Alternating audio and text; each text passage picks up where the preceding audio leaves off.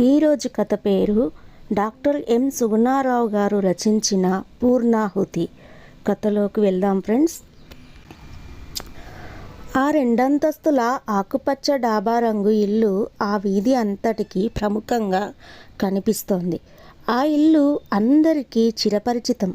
ఆ ఇంటి ఎదురుగా నిలబడి బాబు ధర్మం అన్న యాచకుడికి బిచ్చం దొరకకుండా పోదు.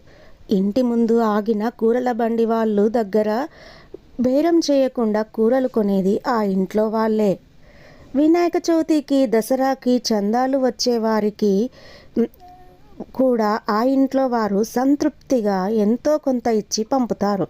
ఆ ఇల్లు ఎప్పుడూ సందడిగానే ఉంటుంది. ఆ ఇంటి ముందుకొచ్చిన వాళ్ళకి మంచి జరగడానికి, ఆ వీధిలో ఎవరికి ఏ అత్యవసర పని వచ్చినా ఆ ఇంట్లోని ఏ సభ్యులైనా వచ్చి వాలిపోవడానికి కారణం ఆ ఇంటి పెద్ద ఆయన, 81 సంవత్సరాల పూర్ణయ్య. ఆయన ఒక ప్రభుత్వ రంగ సంస్థలో ఉన్నతాధికారిగా పదవీ విరమణ చేశారు. రిటైర్ అయిన ఉత్సాహంగా యువకుడి మాదిరిగానే ఉదయం సాయంత్రం వాకింగ్ చేస్తారు. ఆ సమయంలో ఆ చుట్టుపక్కల కనబడిన వారిని పలకరిస్తూ ఎవరైనా ఏదైనా అవసరం కోసం ఆర్జిస్తే సాయం చేయడానికి ముందుంటారు. అలాంటి ఆ ఇంట్లో వారం రోజులుగా మౌనం రాజ్యమేలుతోంది. ఆ ఇంటి సభ్యులు ఎవరూ ఆయనతో మాట్లాడడం లేదు. ఎప్పుడు భోజనాల బల్ల దగ్గర కలిసి భోంచేసి కబుర్లు చెప్పుకునే ఆ ఇంటి సభ్యులంతా మూగనోం పట్టారు. ఆ ఇంట్లో పూర్ణయ్య గారితో పాటు ఆయన భార్య శారదాంబ, 50 సంవత్సరాల కొడుకు శివరాం, కోడలు భాగ్యలక్ష్మి, ఇంజనీరింగ్ చదివే మనవడు సత్యప్రకాష్ ఉంటారు. పైనున్న పోర్షను అద్దెకిచ్చారు, కింద వీళ్ళు ఉంటారు. వారం రోజులుగా ఆ ఇంట్లో కోల్డ్ వార్. కుటుంబ సభ్యులంతా ఒకవైపు, ఆయనొక్కడే ఒకవైపు అయిపోయారు. ఇంటి సభ్యులు ఆయనతో మాట్లాడడం మానేశారు. సరిగ్గా ఉదయం 11 దాటింది. ఆ వీధి మొదట్లో ఒక వాహనం వచ్చి ఆగింది. ఆ వాహనం నుంచి కిందకు దిగిన 30 ఏళ్ల యువకుడు ఆ సందు మొదట్లో ఉన్న కిల్లీ బడ్డి దగ్గర ఆగాడు. కిల్లీ షాపతనితో పూర్ణయ్య గారి ఇల్లు ఎక్కడా అని అన్నాడు. వారి ఇల్లు దగ్గరే బాబు, ఈ వీధి చివర శివాలయం పక్కన అని చెప్పి ఆ బాబుగారు చాలా మంచాయన, దేవుడు అన్నా కూడా తక్కువే. అంత మంచాయనకి ఏమిటో ఈ వయసులో కష్టం అన్నాడు ఆ కిల్లీ షాపతను. కారులోంచి దిగిన అతను, అయితే అతను చాలా పెద్ద మనిషి అంటావు అన్నాడు ఆరా తీస్తున్నట్లుగా. అవును బాబు, 30 ఏళ్ళుగా ఆయన తెలుసు. ఎవరిది ఒక పైసా ఆశించి ఎరగడు. అలాగే ఉద్యోగంలో కూడా ఎవరి చేత ఏమీ అనిపించుకోకుండానే నెగ్గుకొచ్చాడంట. ఈ కాలనీలో అయ్యగార్లంతా చెప్పుకుంటుంటే విన్నాను అన్నాడు. సరే థ్యాంక్స్, మంచి సమాచారం ఇచ్చావు అంటూ అతను కారు ఎక్కబోతుంటే ఆ కిల్లీ షాపు యజమాని అడిగాడు, ఇంతకీ తమరు ఎవరు బాబు అని. నేను పత్రికాఫీస్ నుంచి వచ్చాను, వారిని ఇంటర్వ్యూ చేయడం కోసం వెళ్తున్నాను అన్నాడు. మంచిగా రాయండి బాబు ఆయన గురించి అన్నాడతను. అంతలో ఆ కిల్లీ షాప్ దగ్గర సోడా తాగుతున్న ఒక ఆగంతకుడు, ఆవు చేలో మేస్తే దూడ గట్టున మేయదు కదా అన్నాడు ఆ యువకుడి వంక చూస్తూ. అతను కారు ఎక్కబోతూ, ఈ మాటలు ఎవరి గురించి చెప్తున్నారు అంటూ ప్రశ్నార్థకంగా ఆ మాటలున్న వ్యక్తి వైపు చూశాడు. ఆ పెద్ద ఆయన దగ్గరికి వెళ్తున్నారు కదా, మీకే తెలుస్తుంది అంటూ ఆ వ్యక్తి సోడా తాగి అక్కడి నుంచి కదిలాడు. కారులో కూర్చున్న అతను ఆలోచనలో పడ్డాడు. ఆ కొత్త వ్యక్తి చెప్పిన మాటలు మరింత ఆలోచనలకు గురిచేశాయి. ఇప్పుడు తను 81 సంవత్సరాల ఒక పెద్ద ఆయన్ని ఇంటర్వ్యూ చేయడానికి వెళ్తున్నాడు. ఆయన గురించి వారం రోజులుగా న్యూస్ పేపర్లలో వార్తలు వస్తున్నాయి. కారణం, 32 సంవత్సరాల క్రితం ఆయన లంచం తీసుకున్నాడు తన దగ్గర పనిచేసే గుమస్తా దగ్గర. ఆ కేసు ఎన్ని సంవత్సరాలుగా నడుస్తూ ఇప్పటికీ ఆయన చేసిన ఆ నేరానికి శిక్ష పడింది. 1991 సంవత్సరంలో ఆయన మీద ప్రభుత్వాధికారులు కేసు పెట్టారు. తన ఆఫీసులో పనిచేసే ఒక ఉద్యోగికి ఇంక్రిమెంట్ శాంక్షన్ చేసే నిమిత్తం ఆయన లంచం తీసుకున్నాడని. ఆ సమయంలో దొరికిపోయిన అతన్ని పోలీసులు అరెస్ట్ చేసి ఒకరోజు జైల్లో ఉంచారు. ఆ కేసు ఆ తర్వాత ఏమైందో మరి, మళ్ళీ ఇన్ని సంవత్సరాలకు వెలుగులోకి వచ్చింది. ఆ కేసును పరిష్కరించే దిశగా అడుగులు పడ్డాయి. 81 ఏళ్ల పూర్ణయ్య గారికి 1 సంవత్సరం జైలు శిక్ష, 15,000 రూపాయల ఫైన్ చెల్లించాలంటూ కోర్టు తీర్పు ఇచ్చింది. ఆ కేసు వివరాల కోసమే ఇప్పుడు తను ఆయన్ని ఇంటర్వ్యూ చేయడానికి వెళ్తున్నాడు. అలా ఆలోచిస్తూనే అతను డ్రైవర్కి ఆ ఇంటి గుర్తులు చెప్పి కారు అక్కడ ఆపమన్నాడు. కారు ఆ డాబా ముందు ఆగింది. కారులోంచి ఆ యువకుడు దిగి తలుపు దగ్గర ఉన్న కాలింగ్ బెల్ మోగించాడు. ఓ 50 ఏళ్ల మహిళ తలుపు తీసి, ఎవరు కావాలి బాబు అని అడిగింది. నా పేరు భగీరథ, పూర్ణయ్య గారి కోసం వచ్చాను. వారి ఇంటర్వ్యూ కోసం నన్ను రమ్మన్నారు అన్నాడు. ఇంట్లో పూజ జరుగుతోంది బాబు, హోమం వేశారు, మీరు కాసేపు కూర్చోండి అంటూ లోపలికి తీసుకెళ్ళింది ఆమె.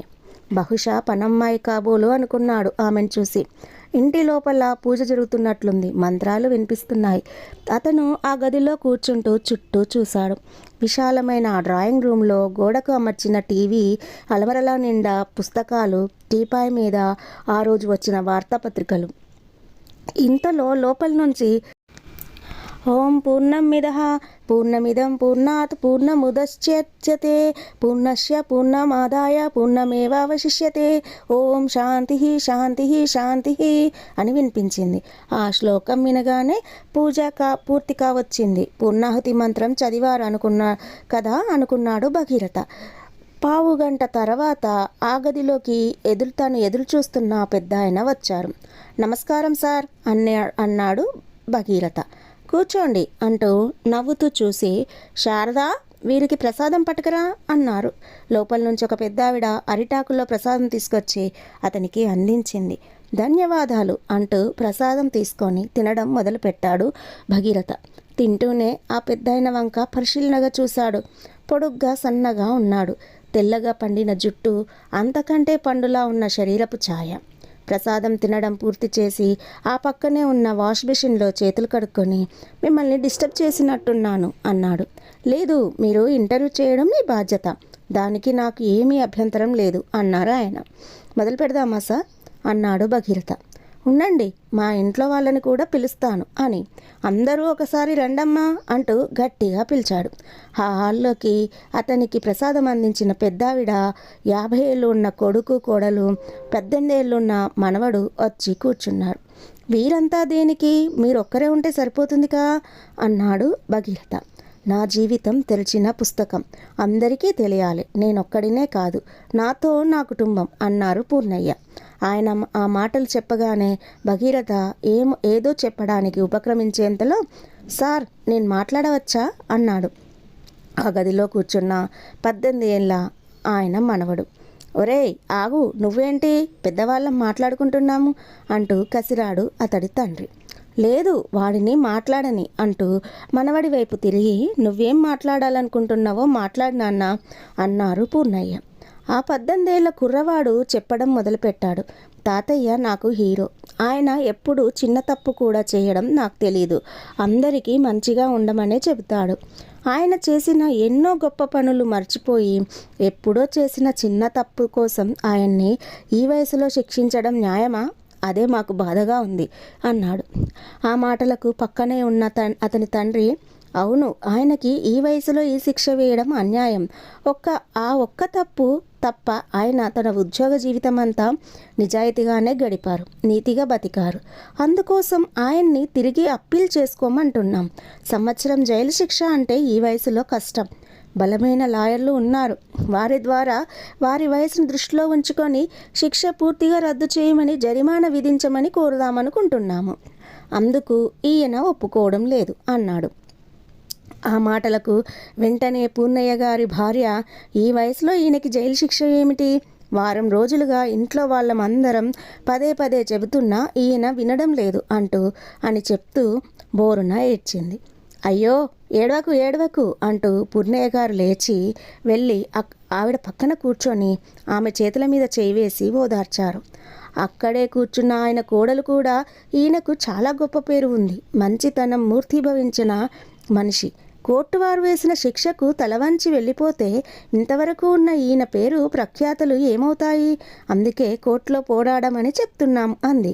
ఆ మాటలకు అంత క్రితం మాట్లాడిన ఆయన మనవడు, అవును తాతయ్యకు చెడ్డ పేరు వస్తుంది, ఆయన ఎప్పుడూ హీరోలానే ఉండాలి అన్నాడు. మనవడు మాట్లాడిన మాటలకు నవ్వుతూ, ఈ పెద్ద ఆయన నా ఇంటర్వ్యూ కోసం వచ్చారు, నన్ను కాస్త మాట్లాడనివ్వండి అంటూ చెప్పడం మొదలుపెట్టాడు. నేను కొన్ని సంవత్సరాల క్రితం ఒక చిన్న తప్పు చేశాను. 100 రూపాయల లంచానికి కక్కుర్తి పడ్డాను. 100 అయినా 1000 అయినా తప్పు తప్పే, అది అవినీతి. ఆ తర్వాత నేను ఏ తప్పు చేయలేదు. మళ్ళీ ఇన్నేళ్లకు ఈ కేసు వెలుగులోకి వచ్చింది. ఒక్కోసారి నేను ఈ కేసులో తీర్పు వినకుండానే చేసిన తప్పుకు శిక్ష అనుభవించకుండానే చనిపోతానేమోనని భయపడేవాణ్ణి. ఇప్పుడు నాకు చాలా ప్రశాంతంగా ఉంది. ఈ కేసులో చాలా సంవత్సరాల తర్వాత తీర్పు వచ్చిన న్యాయం గెలిచిందని భావిస్తున్నాను. మన చట్టాన్ని గౌరవిస్తూ శిక్షను ఆనందంగా భరించడానికి నిశ్చయించాను. అందువలన నాకున్న కీర్తి పోదు, అపకీర్తి రాదు. ఆ మాటలకి కొడుకు వెంటనే అన్నాడు, మీరు పొరపడుతున్నారు నాన్న. నేరం చేసి జైలుకు వెళ్ళే వారిని నేరస్తుడనే అంటారు. అతడు ఎన్ని మంచి పనులు చేసినా, అతడికి ఎంత మంచి చరిత్ర ఉన్నా అని అన్నాడు. ఆ మాటలకు భగీరథ, క్షమించండి, నా మనసులో మాట చెప్తాను. ముందుగా మీరు ఇందాక ఇంట్లో హోమం చేశారు, పూర్ణాహుతి చదివారు. ఆ పూర్ణాహుతి మంత్రం అర్థం తెలుసా అని అడిగారు. ఆ గదిలో ఆ శ్లోకానికి ఎవరూ అర్థం చెప్పలేకపోయారు. నేను చెప్తాను బాబు అన్నాడు పూర్ణయ్య. చెప్పండి సార్, నాకు ఎప్పుడు ఆ శ్లోకం అర్థం కాస్త తికమకగానే ఉంటుంది అన్నాడు భగీరథ. ఆయన చెప్పడం ప్రారంభించారు. పూర్ణానికి పూర్ణం కలిపిన, పూర్ణంలోంచి పూర్ణం తీసేసిన మిగిలేది పూర్ణమే. ఈ శ్లోకార్థాన్ని మనం అవగతం చేసుకుంటే జీవిత సారమంతా ఇందులోనే దాగి ఉంది అన్నారు పూర్ణయ్య. బాగా చెప్పారు సార్ అన్నాడు భగీరథ. నాకు అర్థం కాలేదు తాతయ్య అన్నాడు ఆయన మనవడు. ఆయన మనవడి వంక నవ్వుతూ చూసి చెప్పడం మొదలుపెట్టాడు. మహాసముద్రం ఒడ్డు కనపడదు. ఆ మహాసముద్రంలోంచి మోటారు పంపుతో రోజంతా నీళ్లు తోడి ఆ నీటిని ఓ కుంటలోకి పంపిన ఆ సముద్రాన్ని సముద్రమే అంటాం. కానీ సముద్రం మైనస్ కుంట అనం కదా.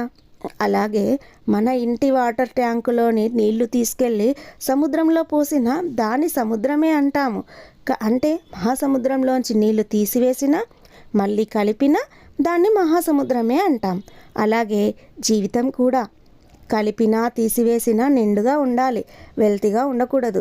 వెల్తిగా ఉండేవాడు ఆ వెల్తిని పూడ్చుకోవడానికి చూస్తే, నిండుగా ఉండేవాడు దాన్ని పంచడానికి ఇస్తాడు. మన దగ్గర ఉన్నది ఇతరులకు ఇవ్వాలంటే మన దగ్గర నిండుగా ఉండాలి. మన కుటుంబాలు ఆనందంగా లేకపోవడానికి కారణం మనం యాచకులం అయిపోవడం. ప్రేమను యాచిస్తున్నామనే తప్ప మన ప్రేమను పంచడం లేదు. అలా పంచాలంటే మన హృదయం నిండుగా ఉండాలి. అదే ఈ పూర్ణాహుతి శ్లోకానికి అర్థం. ఆ మాటలకు భగీరథ చప్పట్లు కొట్టాడు. వెంటనే ఆ పెద్దయిన కాళ్ళకి నమస్కారం చేసి, ఇప్పుడు నాకు అర్థమైంది. ఎప్పుడో చేసిన తప్పుకి ఈ వృద్ధాప్యంలో శిక్ష భరించడానికి వెళ్ళడానికి కారణం మీ నిండైన మనస్సు. అవును, మీరు సముద్రమే. ఈ శిక్ష అనుభవించినంత మాత్రాన మీకున్న కీర్తి పోదు, అపకీర్తి రాదు. నా ఇంటర్వ్యూ అయిపోయింది అంటూ లేచి నిలబడ్డాడు. ఆ కుటుంబ సభ్యులంతా భగీరథ వంక ప్రశంసాపూర్వకంగా చూశారు. వారు మాటల్లో చెప్పకపోయినా ఈయన వచ్చి మా కళ్ళు తెరిపించారు అని అనుకున్నారు. ఆ కుటుంబ సభ్యులంతా ఆ పెద్ద ఆయన్ని చుట్టేశారు. భగీరథ మరోసారి నమస్కారం చేసి ఆ ఇంట్లోంచి బయటికి వచ్చాడు. కారు ఎక్కుతుంటే పూర్ణయ్య గారు మెల్లగా వచ్చి భగీరథతో, ఈ విషయం మన మధ్యనే ఉండాలి. మన జీవితకాలంలో కొందరు వ్యక్తుల్ని కాలం నీడలో క్రమంగా మర్చిపోతాం. అయితే కొందరి నీడ కాలాన్నే మర్చిపోయేలా చేస్తుంది. ఆ నీడ కుటుంబ పెద్దది కావాలి అనేదే నా లక్ష్యం. ఆవు చేలో మేస్తుంటే దూడగట్టున మేస్తుందా అన్నారు. ఆ మాటలు చెప్పడం పూర్తి కాకుండానే భగీరథ ఆయన వంక ఆశ్చర్యంగా చూసి, ఈ మాటే ఆ కిల్లీ షాపు దగ్గర ఎవరో అంటుంటే విన్నాను, అర్థం కాలేదు అన్నాడు పూర్ణయ్య గారి మొహంలోకి సూటిగా చూసి. అవును, లోకం కోడై కూస్తుంది. మనం ఎవరికి తెలియకుండా తప్పులు చేస్తున్నామనుకుంటాము, కానీ వాటిని గమనించేది ఎందరో. నేనెప్పుడో నా ఉద్యోగ జీవితంలో చిన్న తప్పు చేశాను. ఇప్పుడు అదే తప్పు ఒక ఉన్నతోద్యోగిగా ఉన్న నా కొడుకు చేస్తున్నాడు. ఒక్క తప్పు కాదు, విలాసవంతమైన జీవితం కోసం తప్పు మీద తప్పు చేస్తున్నాడు. అయితే అతను వాటిని తప్పుగా భావించడం లేదు. ఆ తప్పులకు ఎప్పుడైనా శిక్ష పడుతుందనే విషయం గుర్తించడం లేదు. అందుకే గడిచిపోయిన కాలంలో నేను చేసిన తప్పును తిరిగి తవ్వి తోడింది నేనే. ఆ కేసు ద్వారా నాకు శిక్ష పడితే తప్పులు చేస్తున్న నా కొడుకు బాగుపడతాడనే ఉద్దేశంతోనే ఇదంతా చేశాను. అలా అంటున్న పెద్దాయన కళ్ళ నుంచి కారిన కన్నీటి బొట్లు భగీరథ కాళ్ళ మీద పడ్డాయి. ఈ పూర్ణయ్య గారు జీవిత ప్రస్థానం ముగించి మహాప్రస్థానానికి అడుగులు వేసే క్రమంలో తన పుత్రుడి కోసం యజ్ఞం చేస్తున్నాడు. తనే పూర్ణాహుతి కాబోతున్నాడు. తన కుటుంబానికే కాకుండా ఈ సమాజానికి కూడా ఒక నీడలా తోడులా ఉండబోతున్నాడు అనుకుంటూ ఆయనకు మరోసారి 2 చేతులు జోడించి కారు ఎక్కాడు భగీరథ. కారు కదిలింది. అయినా శిఖరంగా ఎదిగిన పూర్ణయ్య గారి విరాట స్వరూపము అతని వెన్నంటే వస్తోంది. కథ విన్నారు కదా. ఈ కథ కనుక నచ్చినట్లయితే మన ఛానల్ని ఇంకా ఎవరైనా ఫస్ట్ టైం చూస్తున్నట్లయితే ఇంకా సబ్స్క్రైబ్ చేసుకోకపోతే సబ్స్క్రైబ్ చేసుకోండి ప్లీజ్. అలాగే ఒక లైక్ కూడా ఇవ్వండి. మరొక మంచి కథతో మీ ముందుకు వస్తాను మళ్ళీ. అంతవరకు ధన్యవాదాలు.